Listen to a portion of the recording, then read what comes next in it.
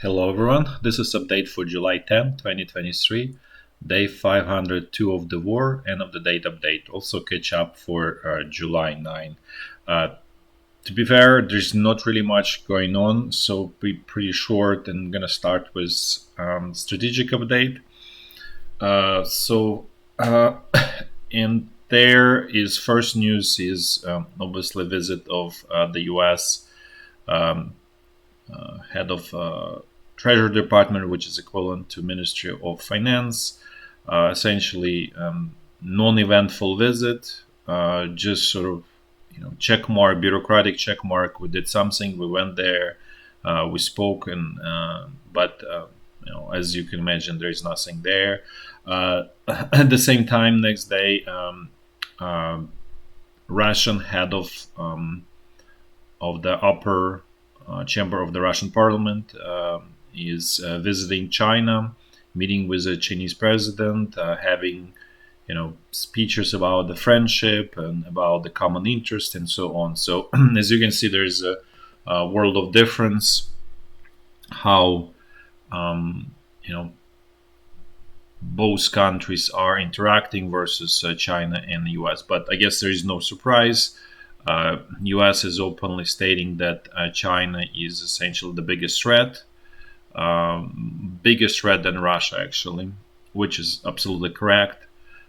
Because China is really economic driver of everything. Without China, Russia would not be able to stand on its own against the West, the same as Iran.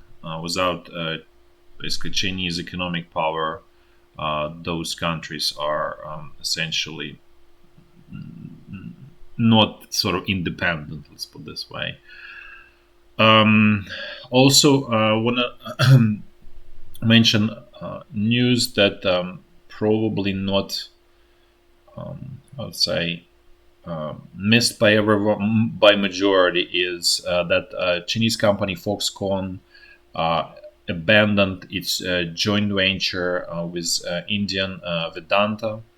There was a plan to build a chip factory in India and basically do assembly in India and so on. Basically relocate from China because of the pressure that's being put on Foxconn from the US. Move everything to India. So as you can see, it all failed. We didn't even wait sort of for too long. I think it's just about like 6 months for that project, or a little bit more than 6 months, but definitely not more than a year, and it already failed. This is what I mentioned a long time ago, that all of this attempt to move production from China to India will fail, and will fail spectacularly. Because culturally India is not there. It's a different world. Nominally it has the same population and so on. It's definitely even poorer population, but the India will not be in sort of new China, new factory powerhouse. It's just not going to happen anytime soon. Then that's actually. Oh, and then one more update on Russia. So the bankruptcies, personal bankruptcies in Russia went 34% year on year in 23, first half of 23 versus first half of 2022. So this is what I'm trying to explain here is that when you hear very rosy numbers from Russian Statistical Bureau, then most likely they are just illusions. They're not real, and all of this information that's more grounded into reality clearly is pointing that things are not going well in Russian economy. As you can imagine, you wouldn't have jump of 34% in bankruptcies if things would be going well. And just in terms of absolute number, it's 163,000 personal bankruptcies in the first half of 2023. Now let's switch to a little bit closer to Ukraine and what's going on with just strategically. First, I would like to talk a little bit First is this cluster ammunition. When I mention, I was just thinking about this, and I would say this that cluster ammunition, the same as this depleted uranium shells, is actually a sign of weakness of the West, and to extent desperation. It's definitely not a sign of strength, and it's a sign of the production failure in the West, and just general overall failure in Ukraine in terms of its ability to produce its own or organize production somewhere nearby in countries like Poland that is extremely loyal to Ukraine, extremely helpful, or countries like Slovakia or Czech Republic that have manufacturing industry, arms manufacturing industry from the Soviet time, and actually Czech Republic goes all the way, for centuries. Not just the Soviet time. It was large producer during World War II for Germany. It was large producer for Austro-Hungarian Empire in World War One. So Czech Republic has a very strong and deep tradition of making various kind of armaments, and not being able to utilize that is just a sign of complete failure. Then also want to confirm what I mentioned before, that about $1 billion was lost by Ukrainian Ministry of Defense, with the famous minister who is believing that this tactical drone UAVs are just for the weddings. So as you can see, that's a result. It just speaks about the intelligence level of the person. And as I said before, low intelligence usually goes together with corruption. They are sort of kind of like twins in a way, I would say. Now let's talk a little bit more about situation on the battlefield. Overall, there is, as I said before, it's a World War One type of stalemate. Both sides don't have skills,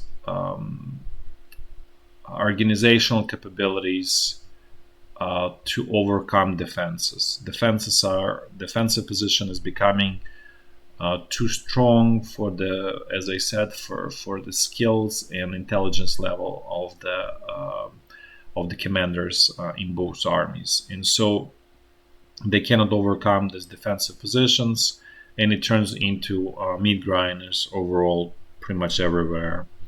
But let's walk through the front line in a clockwise fashion, as I always do. Starting from very north, so the situation along the state border is more or less the same. Typical exchange of all sorts of fire, artillery, rocket fire, UAVs, everything goes. Intensity did not go up, more or less the same. Now let's jump to the North Lugansk front line.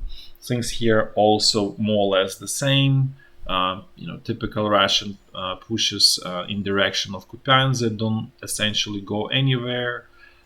Tactical skirmishes along the entire front line, especially in this forest, but really nothing of strategic importance here. Now let's look at North Donbass front line. Things here are more or less the same. Just tactical skirmishes is here. Ukrainian pressure actually I'll show you this one, north of Bakhmut and straight south.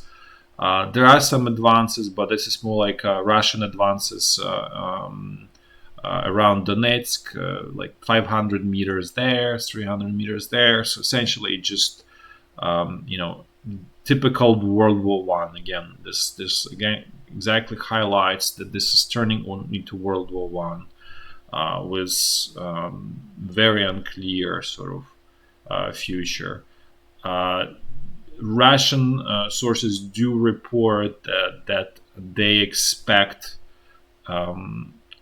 relatively large Ukrainian offensive in this area. They believe there is accumulation of Ukrainian attacking forces in the southern sector and north. Here, they expect that there will be attack from this area as well, north of Soledar. I would say it's more of sort of scare of the Russian side than anything. Um, it's very unlikely that the Ukrainian side will be able to actually master any major offensive. Just as I said before, it's a Soviet army. There is no skill at the top level, and there is no training and no proper knowledge uh, on the lower level at the soldier level. So it just throughout it's not prepared to do this advanced maneuver. Now let's move to central Donbass front line. Things here are again broken record, the same World War One stalemate, the same Russian attacks in all of the same areas. This Avdiivka salient, they're attacking from north and south, attempting to create sort of more untenable situation for Ukrainian forces and forced withdrawal. So far, it's failing. They do say that they control with artillery. They have artillery control over the supply routes to this salient. At the same time, it doesn't really change much because you can still supply at night. It's not a huge amount of troops here. So again, I don't think there is major, happening here. It's more sort of wishful thinking on the Russian side that they have something here. Again, Marinka, never-ending attacks with the same result, the same here in Novomikhailivka. So, as I said, one more time, stalemate, World War One. Now let's move to Zaporizhya front line. This is basically a mirror picture of what we've seen in the central Donbass, except here Ukrainian forces attacking. Again, for the most part, futile attacks. Some reports that there was advance of like 200 or 300 meters south of Orikhiv. Again, it's in grand scheme of things pretty much nothing. Just again confirms that this is World War One. No major breakthroughs, and nor even sort of, as I say, light at the end of the tunnel. So basically, the situation remains stable for both sides here. And then also, just want to provide update on the situation here on these bridgeheads. Russia looks like Russian command stopped mindless attacks. So the situation is sort of more or less quiet at this point, just turning into more like tactical skirmishes. But again, this one is becoming also quiet. So as you can see, this, as a summary, I would say that both sides are pretty much even in their inability to make any decisive move. And then for Ukrainian side, and both for the Russian side, definitely Ukrainian side has resources to do offensive, or at least to try. And I don't feel like there is desire to commit those resources, because there is also a realization that Russia is also building some reserves for potential counterattack if Ukrainian offensive fails. So again, Ukrainian side doesn't want to be completely sort of caught naked. If offensive fails, they will use up resources, and they won't have much to fend off Russian counteroffensive. So basically, it's a nearly perfect strategic balance. In the long run, this balance will not be in Ukrainian favor, simply because of the war, attrition, as I said, and simply because Russia has more resources. That's the only reason. Otherwise, skill-wise, Russian forces are no better than Ukrainian. I would say they are worse, because motivation overall in the Russian forces are lower. And again, Wagner Group is exception, but it's out of picture at this point. It's possible that they will be sort of called back into action if things will get desperate for the Russian side, but there is no indication that this is happening anytime soon. That's all for today. Thanks for watching. Till next time. Bye bye.